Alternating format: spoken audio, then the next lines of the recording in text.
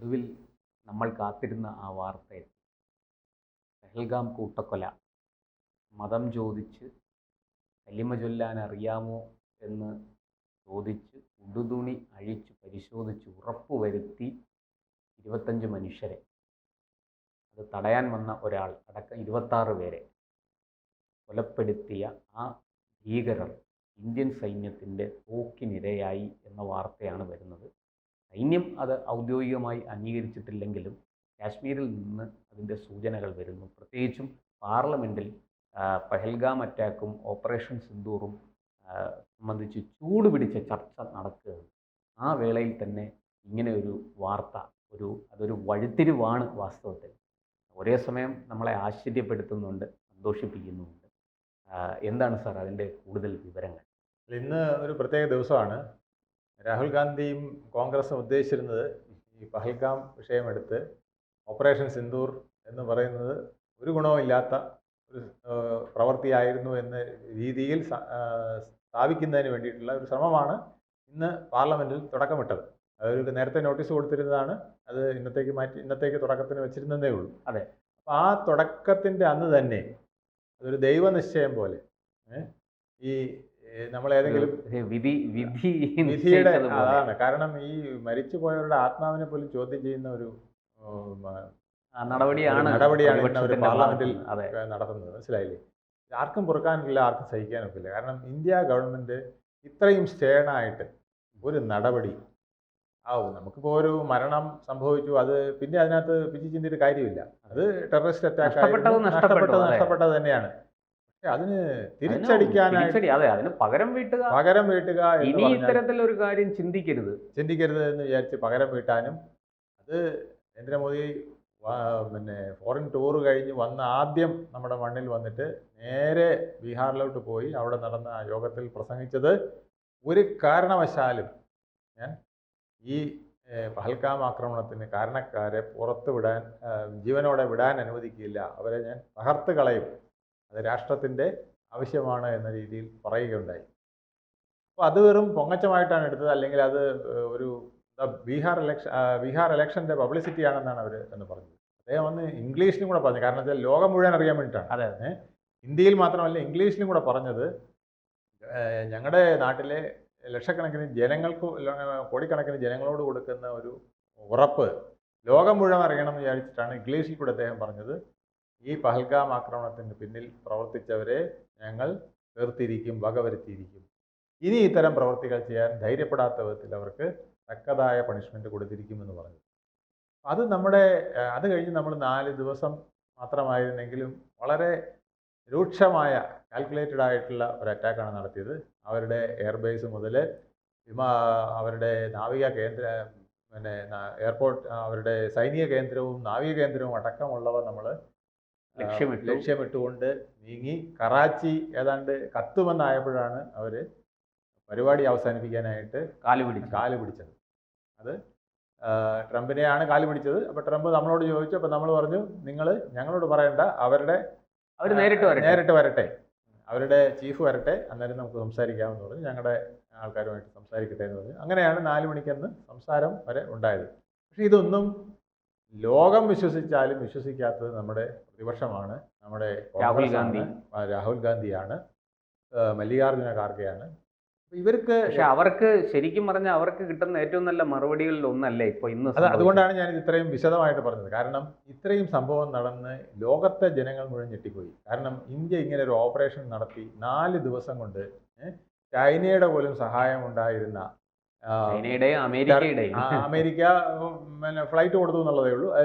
ചൈനയുടെ പിന്തുണ ഡയറക്റ്റായിട്ട്, തുർക്കിയുടെ പിന്തുണ, ഡ്രോണുകൾ ഷിപ്പിൽ കൊണ്ടുവന്ന് തള്ളിക്കൊടുത്തു. അങ്ങനെയൊക്കെ നടന്നിട്ട് ആ അറ്റാക്ക് 4 ദിവസം കൊണ്ട് നമുക്ക് അവരെ കൺട്രോളിലാക്കി.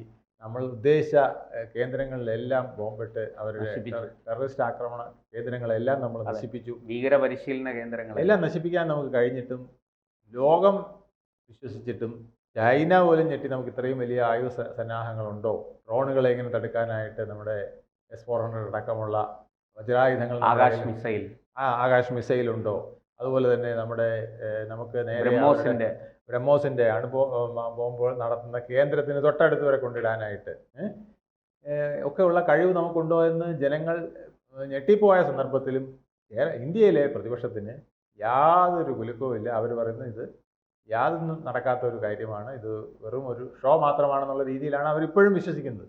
ഈ പറഞ്ഞതെല്ലാം കള്ളമാണെന്നുള്ള രീതിയിലാണ് അവർ പലപ്പോഴും അതിന് കൊണ്ടുപോയി. പറ്റിയ മറുപടിയാണല്ലോ ഇപ്പൊ അതിന് പറ്റിയ മറുപടി ശ്രീനഗറിന് 20 കിലോമീറ്റർ അകലെ മഹാദേവ കുന്നുകൾക്ക് സമീപം 3.5 മണിക്കൂർ കൊണ്ട് 11 മുതൽ 2:30 വരെയുള്ള നടന്ന ചെറിയ സമയത്തിൽ നടന്ന ഒരു വലിയ ഓപ്പറേഷൻ മഹാദേവ.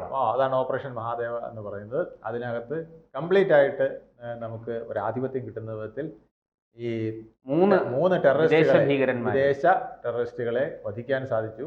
ഇതിന് വേറൊരു രസമുണ്ട്.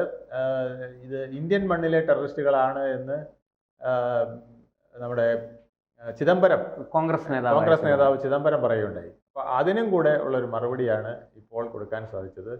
ഇതിൽ നിന്ന് വ്യക്തമാക്കുന്നത് ആര് വലിയ കള്ളത്തരം കാണിച്ചാലും അത് അധിക നേരം നിൽക്കില്ല, മിക്കവാറും തുടക്കത്തിൽ തന്നെ അത് അസ്തമിച്ചു പോകും.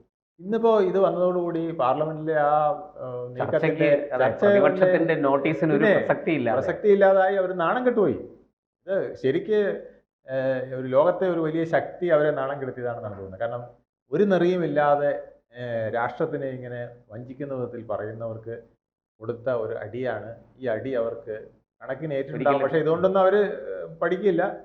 നുണകൾ കൊണ്ട് ഇങ്ങനെ എത്ര നാൾ പോകാമോ അത്രയും നാൾ പോകണം എന്നുള്ളത് തന്നെയാണ് രാഹുൽ ഗാന്ധിയുടെയും മറ്റുള്ളവരുടെയും താല്പര്യം.